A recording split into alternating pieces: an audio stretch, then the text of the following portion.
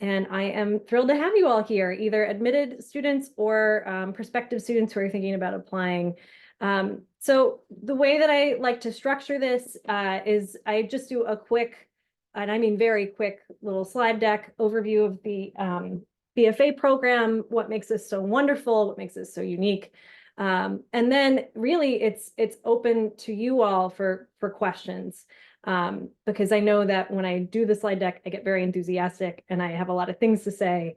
And then I actually realize I need to follow up and clarify. So with that in mind, I'm going to just start sharing my screen. Okay. Here we go. And I'm going to just pull this up over here. Okay. So like I said, I am the undergraduate director. I'm also a writer myself. All of our faculty are published writers in some format. I'm a novelist. We've got plenty of faculty who are published and successful poets. We have memoirists, nonfiction writers, playwrights. We also work very closely with our minors in TV writing and filmmaking. So we have a lot of faculty on that side as well. But all of us have a really illustrious background, which makes for fantastic faculty meetings, but even better class experiences for our students. So the whole idea for the creative writing BFA here at Stony Brook was to create a major that was enriching for talented, really skillful writers, but also to give them tools that are applicable in the real world when they graduate. So with that in mind, we have a really strong mentorship program in place in our BFA program. The objective of the undergraduate major is very similar to a graduate MFA degree, and it often prepares a lot of students for an MFA degree if that's what they choose to pursue. So during the course of your undergraduate experience at Stony Brook, you basically develop your own manuscript. That might be a novel, it could be a poetry collection, it could be something more experimental. And when you're going through that process, particularly in your third and fourth year, you have a thesis advisor who works with you one-on-one to sort of better hone your skills and talk about your plans for life after graduation. So this is a quote from a student who actually went on to pursue an MFA degree. He said, "My advisor had this unique ability to elicit material from me without pushing. He wasn't overly critical, but he was technically skilled in the craft." And I just thought that was really reflective of what our thesis advisors are doing. They're not writing your thesis for you, but they are there to support you. How do you get a mentor or a thesis advisor? Well, you get it through the curriculum, actually. So when you are taking creative writing workshops or requirements for your classes, if you really love the material that's being covered and you feel that you connect with that professor, when you are in your second year, you create a little list of advisors that you might like to work with. You create a little project description of what you think you want your thesis to be as you move throughout the program. And by the way, if that changes, it is absolutely not the end of the world. That's part of the creative process. And then the program director and a couple of other people go through the proposal and match you up with the advisor that we think is going to fit with you and that you're excited to work with. So mentorship is absolutely a core part of our sort of principles in the program. Similarly, we have a lot of very open door faculty. So if our faculty are on campus, their door is open, they're engaging with students, they are excited to talk about their work. They really want to get a sense of what it is that you are doing. They want to share what it is that they're doing. It's a really lovely sort of collaborative, friendly environment, and mentorship fits right in with that. So that ties into community. Our admission is competitive. Our courses are definitely rigorous. The creative writing major is not a major you take just because you think it'll be a hoot, though it will be, it'll be fun. But after you get through that sort of gauntlet and are admitted into the BFA, you find yourself in a really lovely, relaxed, engaged community.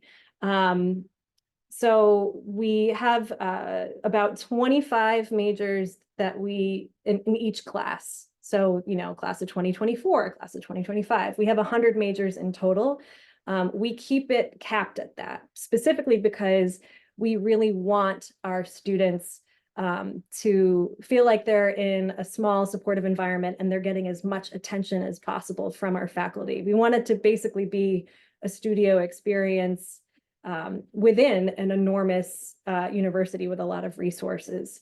That said, it doesn't feel like you just exist in a vacuum of only, your 24 other classmates in your graduating class, because we have a very robust minor. So we have at any point between 110 and 140 creative writing minors, and our minors will also engage in our creative writing workshops. They'll be in the larger Read Like a Writer courses that I'll talk about curriculum in a bit. And that adds a little bit of variety to the workshop space, so you're not just staring at the same batch of people over and over. So community is a really core element in our university setting. Our students are also, I think this is just sort of the vibe of Stony Brook students in general, but within our creative writing program, they're really great at taking initiative and creating their own sort of extracurricular activities. We have a very robust club that they've created called the Creative Writing Salon. So they get together weekly, they work on, whatever it is that they're excited about on their own time that maybe isn't quite fitting in with workshop, but they still want friends and colleagues to read it.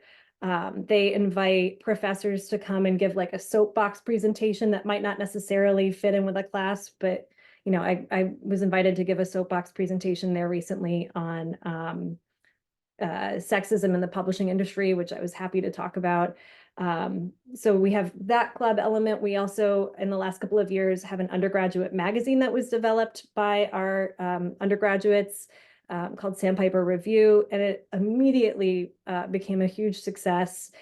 We take undergraduate submissions from across the country, and then our undergrads work together to create this really beautiful publication. And they just do it all on their own volition, and we're just there to support them and provide the resources. So excellent community setting and career. As I said in the very beginning, it is extremely important to us that we don't just create a bunch of writers and send them out in the world and be like, good luck, see you later, right?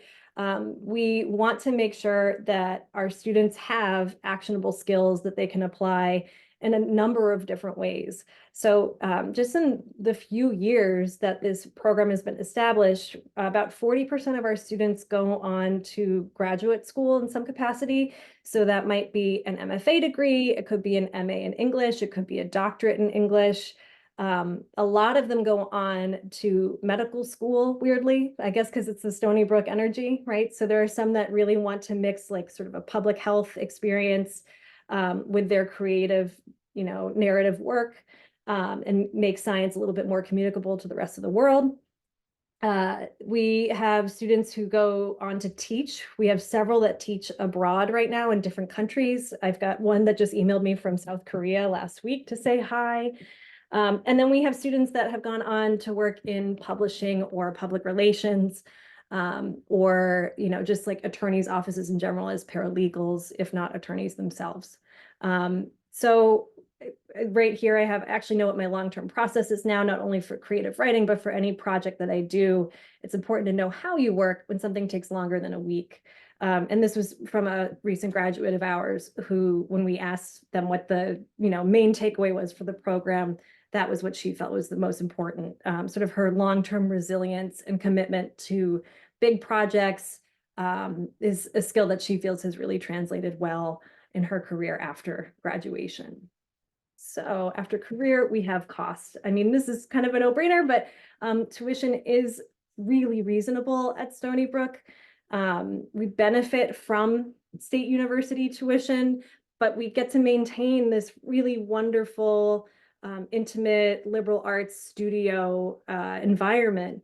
And we feel exceedingly lucky that that is even a possibility for us. I know that often creative writing programs are housed in very small liberal arts colleges that have a sort of a limiting tuition that prevents a lot of people from attending. Because tuition is more affordable at Stony Brook, we have, I think, a much more interesting pool of students from different backgrounds. And And even though tuition is a bargain, we don't have to sacrifice anything. So our workshops, like our workshop seminars, never exceed 16 students. Sometimes they're even smaller than that. We don't have to cut corners and, get rid of a thesis advisor component. So we have a lot of different sort of privileges and advantages that we just feel fortunate to have and share with our students. And that is also why we make this an application only major. And that's why we cap our incoming classes at 25. So a little bit about the curriculum and just what would your time look like at Stony Brook. This is just a general idea, okay? And I'm sure there will be plenty of questions that come up in the chat. But you take 3 intro courses your first year. Ideally, in your first semester, you take 190 and 202. So Intro to Contemporary Literature is a large sort of read like a writer course. And when I say read like a writer, what I mean by that is if you are in an English major, you are doing more of a humanities approach on the reading. So you might be studying the Marxist perspective on Turn of the Screw, right? Which is great and valuable. But when you're on a creative writing side and you're actually generating creative work, that's interesting to us. But what is more interesting is how a writer managed to do it, right? How did the writer make Turn of the Screw so compelling? Are there any techniques that they utilize that we can imitate in our own work? When we're reading sort of the literary canon, can we find a place where we feel that we exist? Or do we have role models that we can sort of look towards, especially as we prepare to write our thesis or think about maybe submitting our work for publication? So Intro to Contemporary Literature is a starting point there. We, give a nice overview of what the world of lit looks like today. Similarly, Intro to Creative Writing is a small, I believe that workshop is 18 people. And in Intro to Creative Writing, you go through 3 different genres of creative work and just cover the basics of, workshop etiquette. What is it like to workshop poetry? What is it like to workshop nonfiction or fiction? There's a lot of reading as well in Intro to Creative Writing. And there's a lot of community engagement. So when you're in Intro to Creative Writing, it culminates with the students giving a public reading of their own creative work at the end of the semester. And they also have to attend a reading at some point in the semester. We have events on campus that fulfill that requirement, but we want to show students in the Intro to Creative Writing course that, creative work is written alone, but it has a huge community component, and that's what really makes it such a robust experience. Then after you get the Intro to Creative Writing, Intro to Contemporary Lit out of the way, I'll come back to join the conversation, but you move on to take 10 different creative writing workshops. So you can repeat a lot of these genres. You might take like 5 different versions of CWL 305 forms of fiction. But what's great about our setup is the specificity within those workshops is really lovely and gives every writer an opportunity to pursue different genres that are more applicable to their interest. So if you're taking forms of fiction, you might be more interested in speculative fiction, and therefore you might register in a workshop that semester that's about spec fic or sci-fi. Maybe you are really interested in the novel and you want to outline a novel. Well, every once in a while, we're running classes that are just about how to outline a novel and write those first 5 core chapters. We have forms of fiction courses in like flash fiction. Similarly, in forms of poetry, we have whole classes just based around the line, or narrative poetry, or working within structure. So you might take a poetry workshop focused on how do I write a villanelle and what is a villanelle, right? Forms of script writing, same idea. Different modalities are employed depending on what's offered that semester. And CWL 320 is actually a publishing practicum that we have in place for students who are interested in pursuing publishing, like working on the industry side after graduation. So in that course, students spend the entire semester developing a zine or online publication from scratch. So they do a couple of rounds of workshop, they vote on what they think are the most successful pieces. They appoint one another as editors or copywriters or office managers, and they get this whole thing off the ground within the course. So it's a great class if students are thinking about pursuing a publishing career. Then they hopefully finish the class with a really successful PDF that they can attach to their portfolio when they're applying for jobs or internships there. CPL 325 is forms of science writing. So that could be any form of workshop that has a science bent. It often fills a gen ed requirement, and it's pretty out of left field. During different semesters, we've had science writing workshops on quantum physics. We've had science writing workshops on narrative medicine. We had one course one semester that was very popular about symmetry and poetry. And what does that look like in nature and finding patterns in nature. So you can see just from my very big overview that we cover a lot of different things in our workshop capacity. And then you take 2 upper level Read Like a Writer courses. This is similar to the Intro to Contemporary Lit course. It's just a little bit higher in terms of skill level, a little bit more specific. Usually students take these courses in their 2nd or 3rd year. Again, they're some of the only large classes in our BFA program. So they're sort of lectures, sort of not. They're usually around 60 students. The professor is still very much an accessible person. The groups are often broken into smaller segments so that students can still engage and talk if they feel a little bit pressured to talk in a classroom full of 60 people. And the topics, once again, will change every semester. Next semester, we're running a European lit topic in Shakespeare. So imitating the work of Shakespeare, figuring out what works, what doesn't, looking at modern interpretations of Shakespeare. Topics in American lit for writers. I've taught before. I taught an entire course on ghostwriting in American lit for CDBL 335.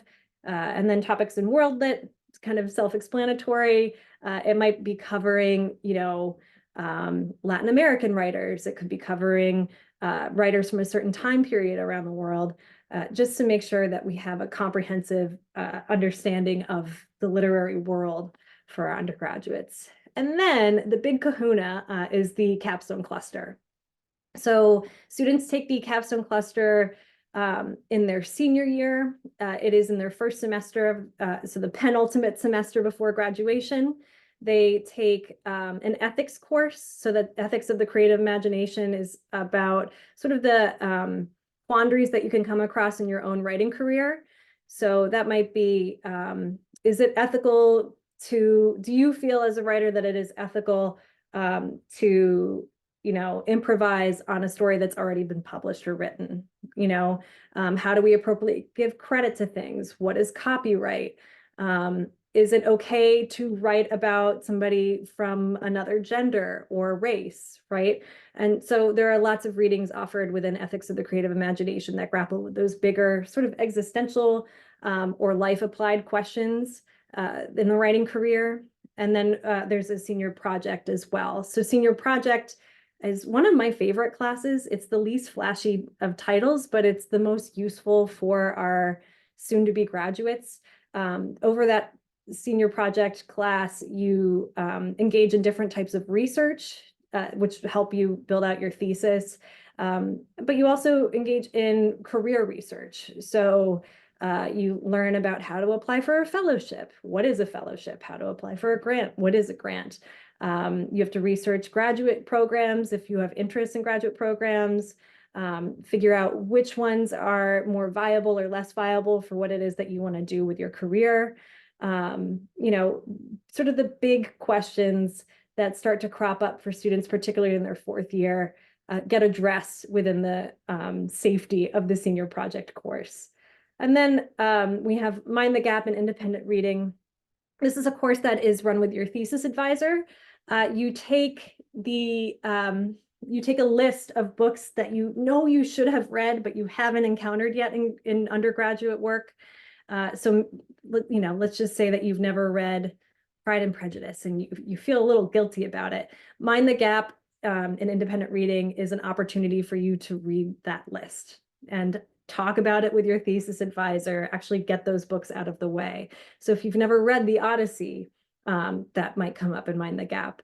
The list that you come up with, it's ultimately 10 books, and your thesis advisor will look over it with you and maybe modify some of the choices to make sure that it's applicable to your thesis, and also that you're not killing yourself reading War and Peace.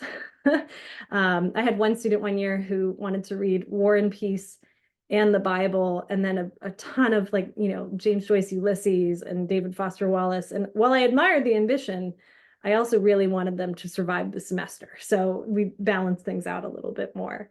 And then, of course, thesis credits. So thesis credits are spread over 2 semesters. That is in your final year. And that is the work that you write on your own and then submit to your advisor.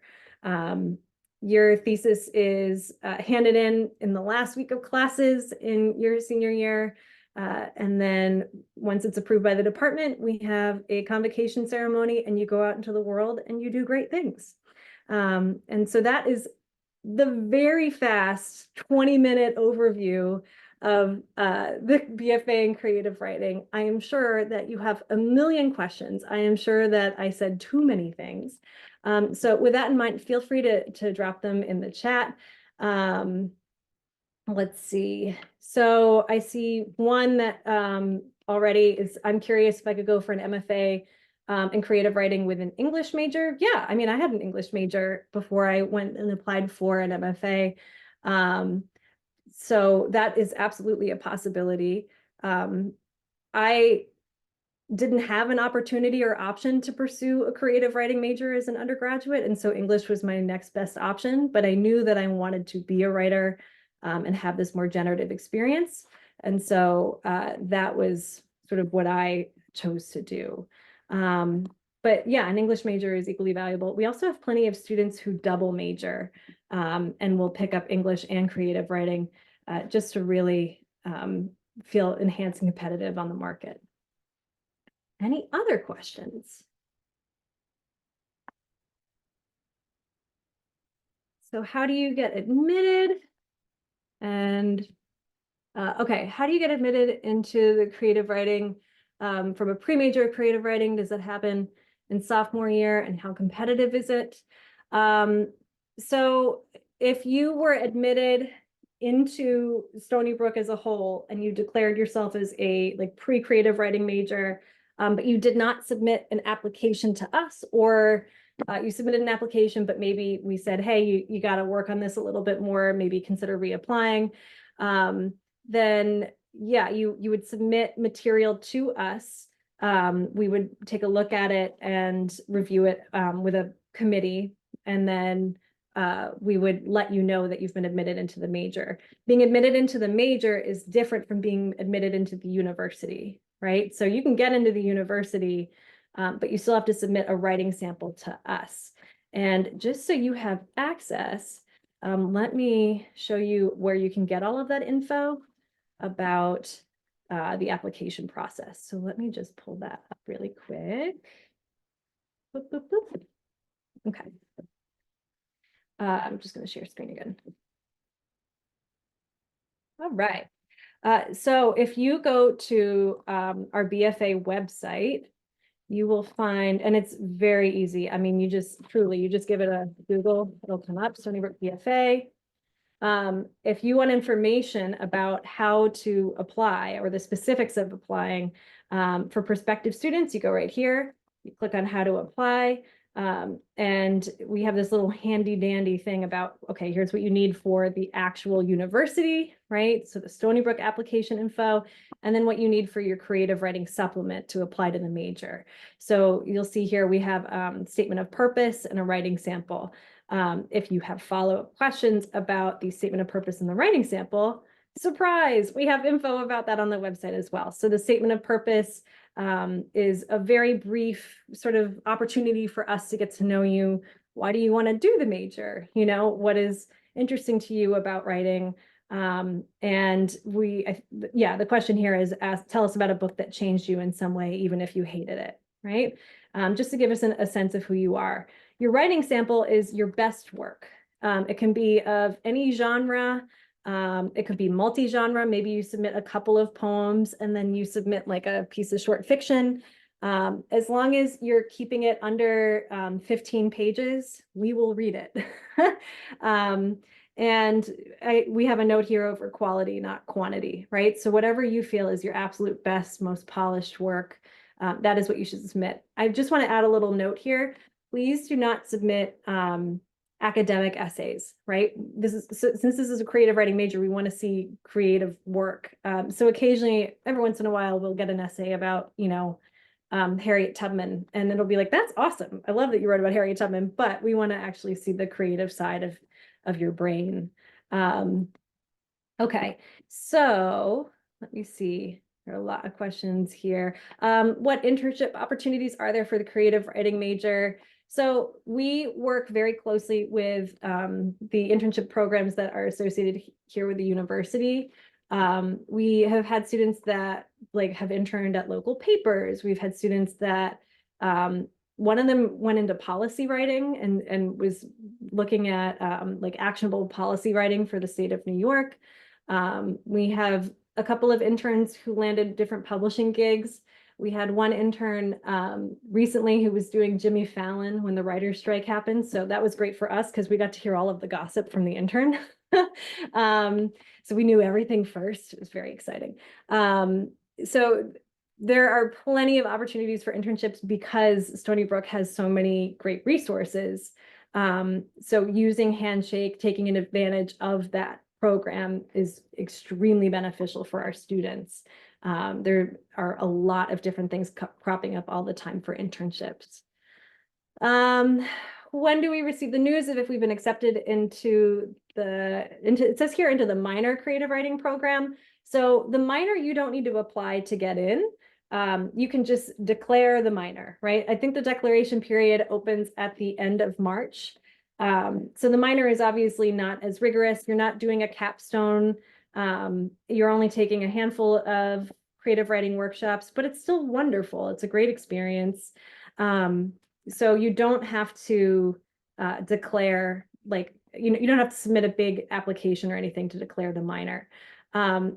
You get news about if you've been admitted into the major on a rolling basis. So we are always optimistic that we will have decisions made by the end of March.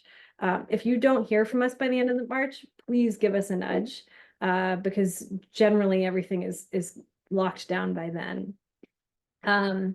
So I have a student here saying, do you need to submit the 10 to 15 creative sample in that first year at Stony Brook?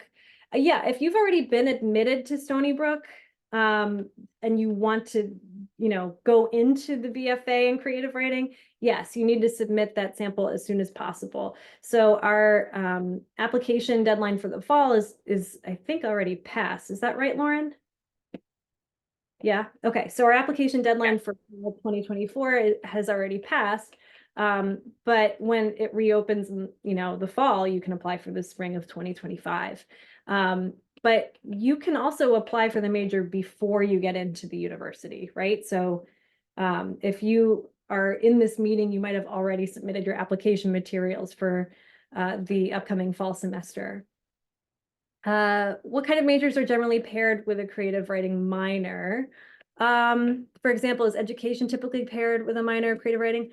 I mean, I don't have a split chart or anything about who's doing what for their major, but it really is every single major.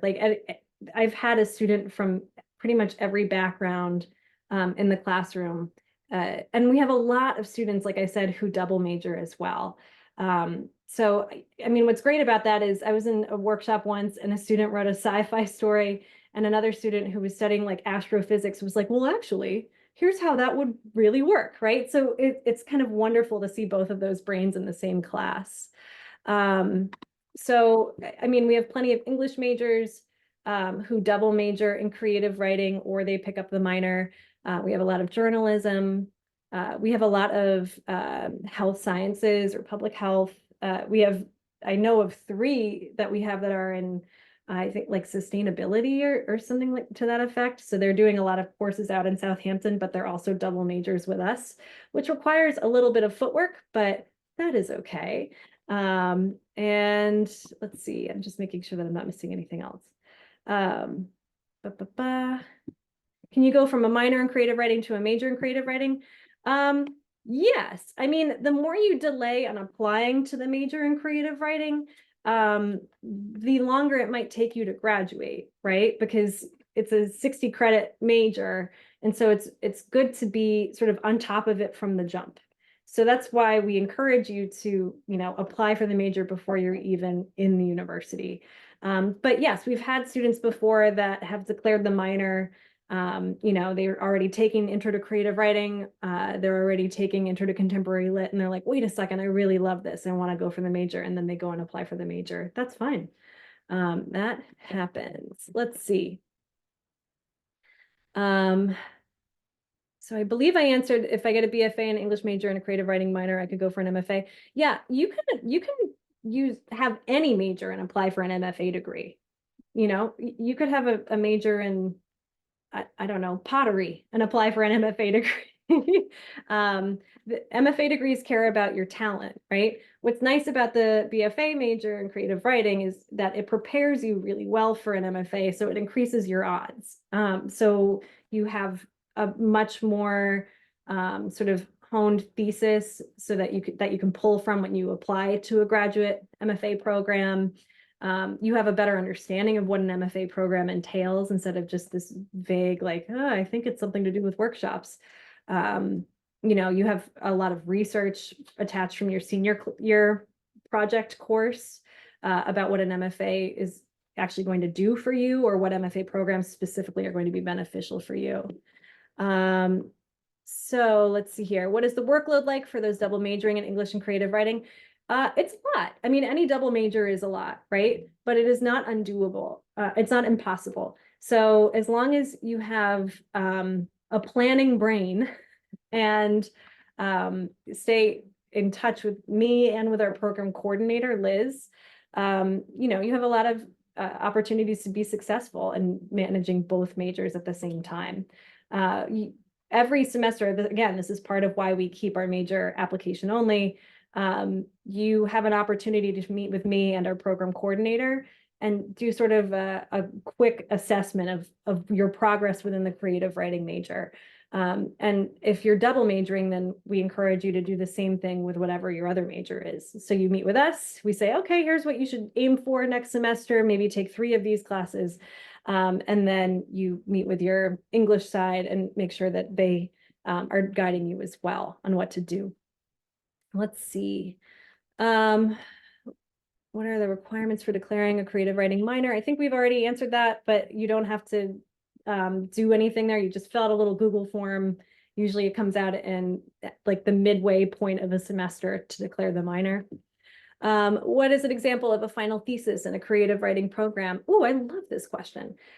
So a thesis, we have minimum requirements, but some students they're extra, which we love them. We love them for that. So we have some students who have written entire novels or entire screenplays, or entire robust collections of poetry or memoirs, and that has been their thesis project. However, if you are not feeling like you can do an entire novel, which fair, you can write the first 5 chapters of a novel. That's like around 75 to 100 pages, with a clear outline of how that novel is going to progress, right? So that would be an example of a final thesis. Similarly, if you are writing a memoir, you would do 5 chapters of a memoir or 5 personal essays, and hopefully they're linked in some way thematically. And again, you would have sort of an outline of what you want the shape of the whole to look like. If you are writing a screenplay, I believe it's 2 acts. So you have to write 2 acts of the screenplay with an outline of the end, or 1 very robust first act that I think totals 100 pages. If you're doing poetry, it's a chapbook of 35 pages. So generally that's a lot of revision for those pages. So be not fooled by the 35 page number. Our poets are always the ones that are revising the most. Again, it's going to depend on your genre and your thesis proposal, but we have a lot of students who will do short fiction collections, portions of novels or novellas, screenplays or plays. Let's see. I've been admitted into the major and will be entering as a freshman next year. What would my freshman year course look like in way in the major? So your first semester, you would take Intro to Contemporary Lit and Intro to Creative Writing. And then you would likely knock out a couple of gen eds, right? So maybe you would take your foreign language requirement or math or, like whatever STEM course or tech requirement exists. So you would get those out of the way in your first year. In your second semester of your first year, that's when you could start taking workshops with us. So again, you're knocking out gen eds, but let's say your second semester of your first year, you're taking 2 workshops with us at the same time. So 2 workshops and maybe knocking out 3 or 4 gen ed requirements. And it just sort of ramps up as your time as an undergraduate progresses. Once you get those gen eds knocked out of the way, you have more time to dedicate toward the major. And by the time you get into your 4th year, your senior year, that's when you're engaged in capstone cluster. And so you are pretty much all in on the creative writing side. Where can we see bios or works of faculty? Oh, that is on our website. Alternatively, could you or any other faculty here talk a bit about yourselves, your writing careers? So I think I'm the only faculty member here tonight. But I think I already said I'm a novelist. My first novel came out in 2018 with Simon & Schuster. It was called Sorority. And I have my second novel contracted with them right now, which is about a person who commits a lot of identity theft and ends up in prison. I'm not giving it away. It starts with her in prison. And she is very unrepentant and unsorry because she has a sort of personal code of what she feels is appropriate or who she feels is right to steal from. So she's not necessarily a good person, but she's an interesting person. And that is what my current novel is about. The other faculty that I can speak to, we share our faculty with our MFA, which is another nice perk because we have these incredible faculty who know how to teach at a graduate level, but they are also just really excited to be with our undergraduate students and have a little bit more levity, even though our undergraduate students are often just as serious. So we have Paul Harding. He is our associate provost. He won the Pulitzer in 2010. He's a novelist and also just a generally lovely human being who's excited to talk about creative writing and a total dork. And so I had a conversation, like a public conversation about his most recent novel, This Other Eden, which was shortlisted for National Booker. And that was a really wonderful chat that we got to have together. He occasionally will teach on the undergrad side. We have Christine Catano. She is a poet. She does like one class every once in a while on the graduate side, but she's more all in on the undergrad side.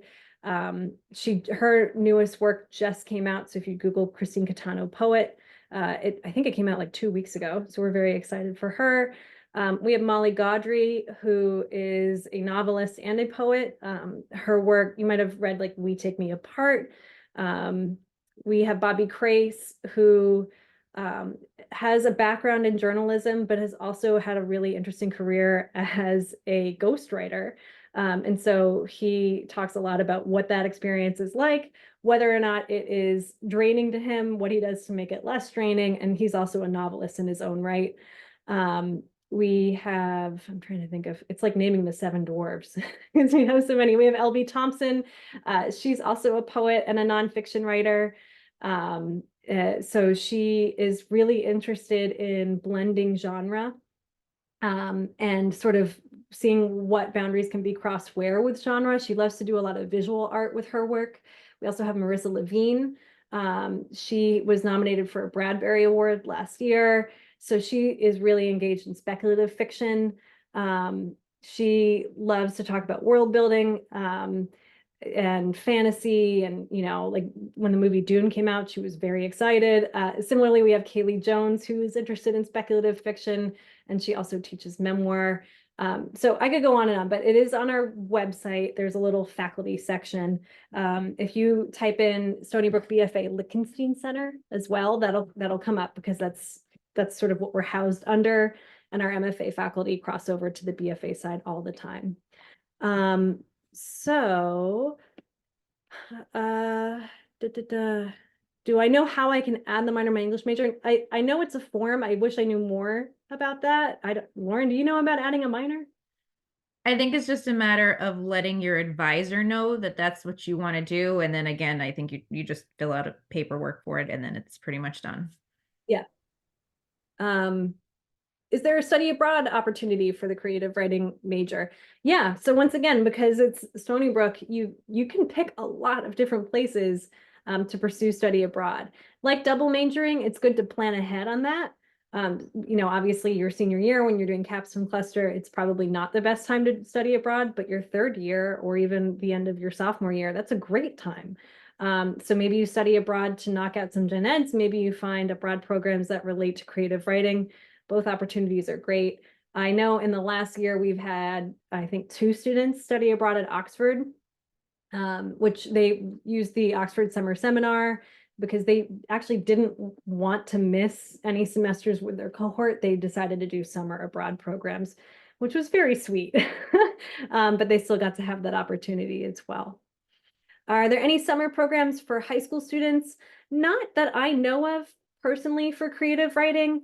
I mean, I know that there's Young American Writers Project, which is loosely affiliated with the Lichtenstein Center. So I definitely would do a quick Google on Young American Writers Project. And if you need to, you can email me and I'll put you in touch with the director for that program. Regarding internships, are they competitive?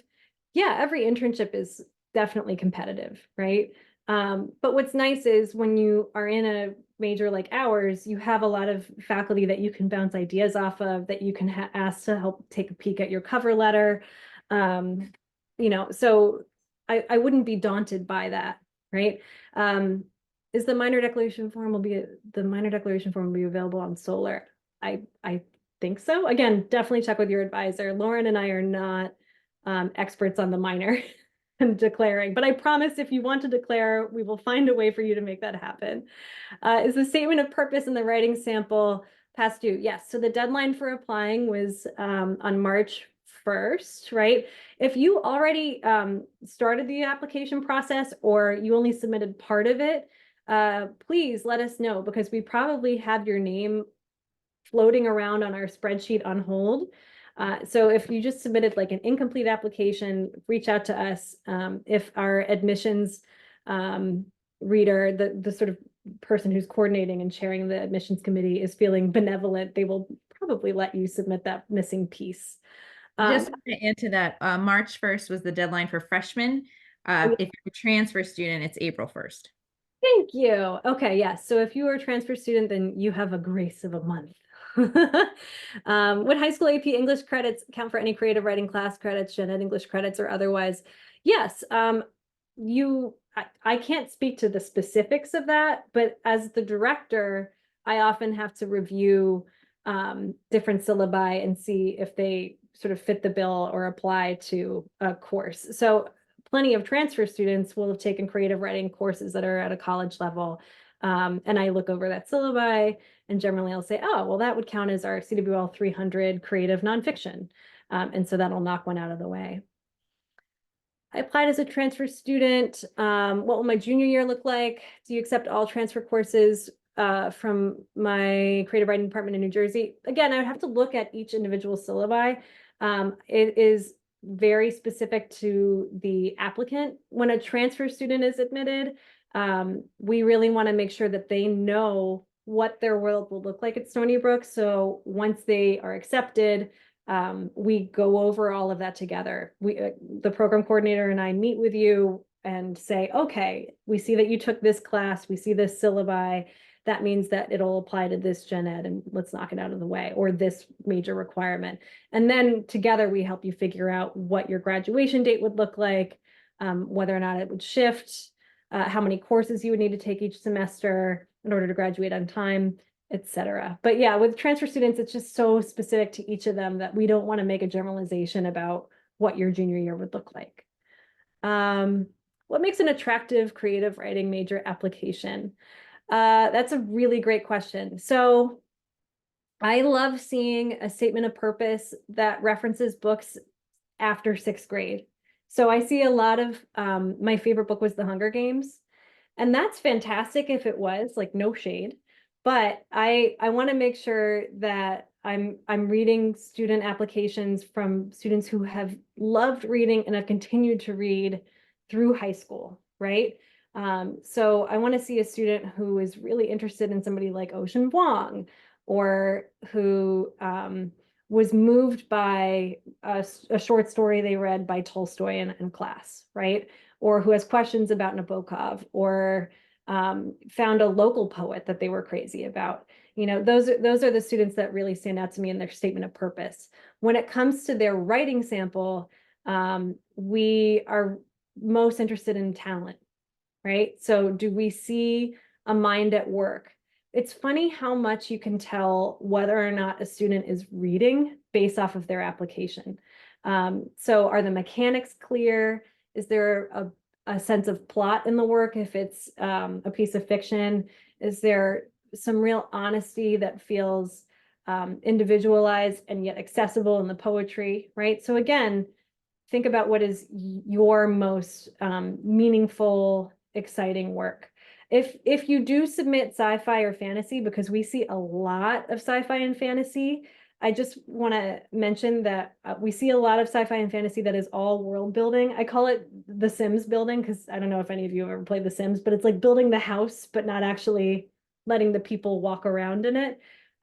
So if you're submitting sci-fi or fantasy, I want to see evidence that there's plot happening and it's not just thinking about how money works in that world.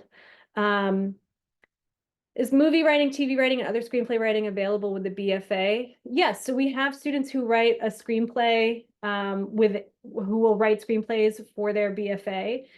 We don't have a major in TV writing or in filmmaking. So what that means is your workshops might be more focused on like nonfiction or playwriting, and you almost definitely will pursue the minor in TV writing or filmmaking. And your thesis advisor will probably your thesis advisor, say that 5 times fast, will probably be somebody from the TV writing and filmmaking side. But yeah, every year we have like 2 or 3 you know, screenplay writers, which is always nice to see. Okay. Any other questions? I know I talked your ears off.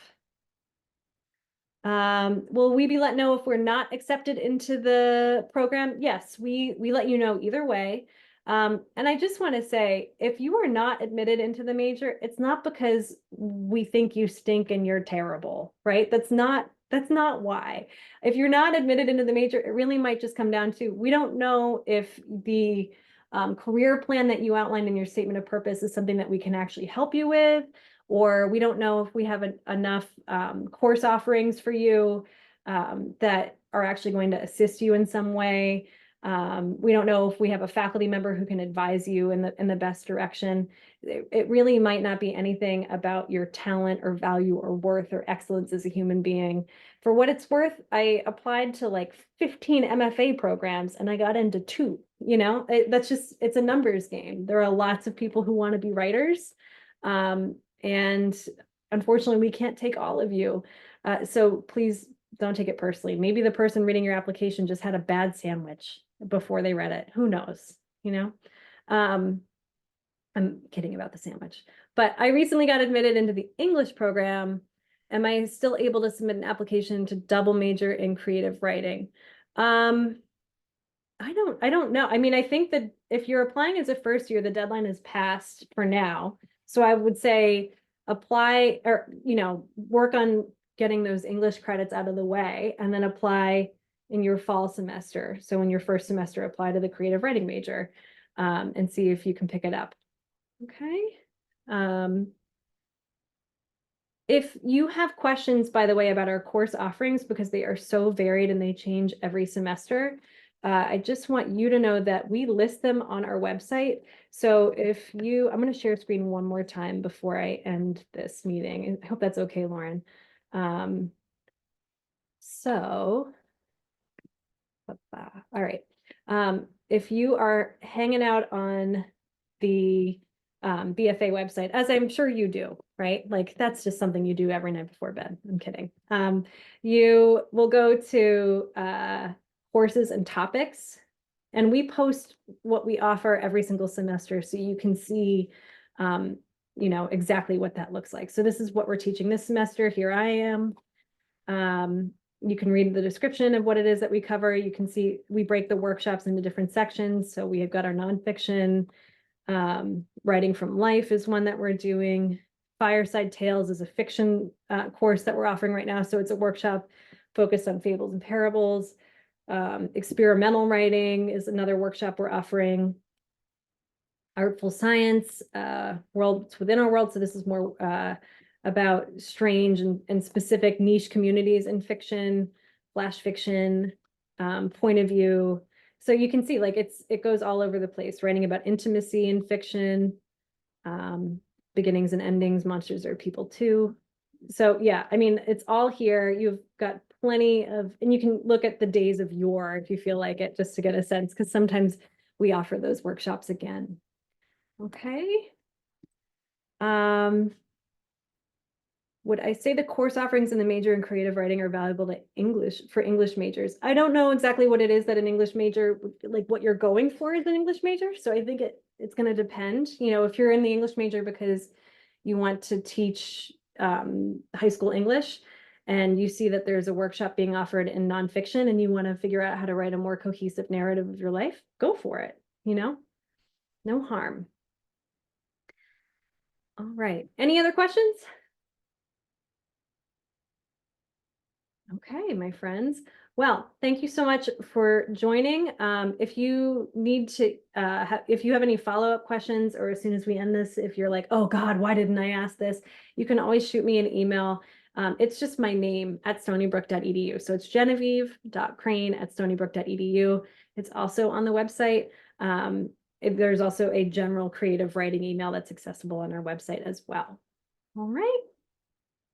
Okay, wherever you decide to go, good luck. It's been lovely staring at your names on screen and answering your questions. And I'm here if you need anything. Thanks so much for your time. Bye. Thank you. Thank you. Thank you. Have